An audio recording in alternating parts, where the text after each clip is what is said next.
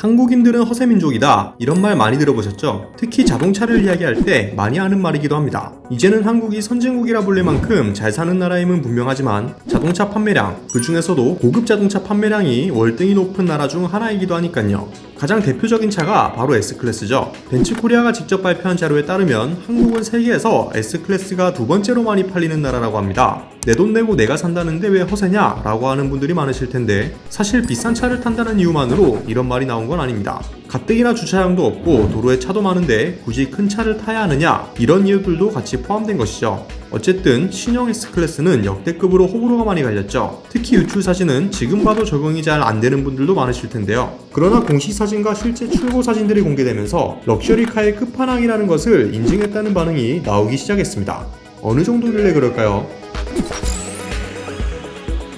이번 S클래스에 대한 긍정적인 반응은 외관보다 실내에 많이 집중됐습니다. 실내 분위기는 마치 라운지를 연상케 하는데요. 기본적으로 OLED 스크린 5개가 탑재되고 이 디스플레이는 LG 디스플레이가 공급합니다. 이 디스플레이도 사실 유출 사진 때부터 호불호가 많았죠. 터치식은 안전과는 거리가 멀다, 지문 많이 묻어서 짜증날 것 같아 등의 반응이 많았는데 공식 사진이 공개되자 반전 반응이 연속이었습니다. 유출 사진 보다가 보니 훨씬 고급스럽다, 이래서 S클래스 하나보다 라는 반응이 많았는데요. 물론 직관성을 요구하는 기능들은 물리 버튼으로 남겨두었으면 좋겠다, 너무 극단적으로 버튼 수를 없앴다 등의 반응은 여전히 존재했습니다.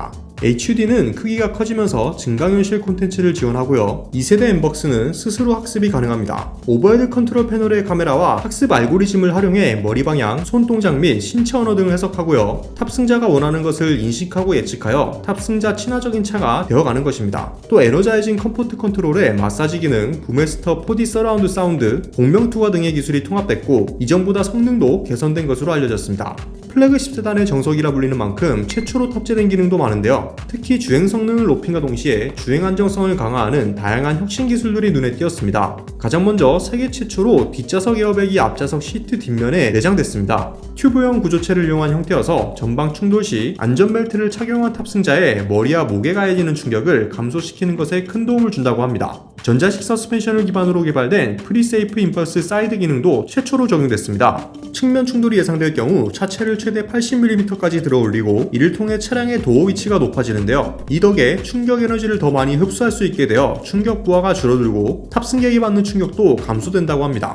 브랜드 최초로 디지털 라이트도 새롭게 적용됐는데요. 헤드램프에 각각 LED 조명 모듈 3개가 장착되고 디지털 라이트에서 130만 개의 마이크로 미러를 통해 안삼이 조사된 조명을 방출합니다. 이를 통해 노면 공사를 경고하거나 도로 주변에 감지된 보행자에게 조명을 비춰 사고 예방에 도움을 줍니다. 리어 엑셀 스티어링도 상당히 주목을 받고 있죠. 말 그대로 뒷바퀴도 조향이 되는 것인데 기존에 볼 수 있던 뒷바퀴 조향과는 차원이 다른 각도를 보여줘 큰 이슈가 되기도 했습니다. 벤츠에 따르면 실제 뒷바퀴 조향각은 최대 10도라고 합니다.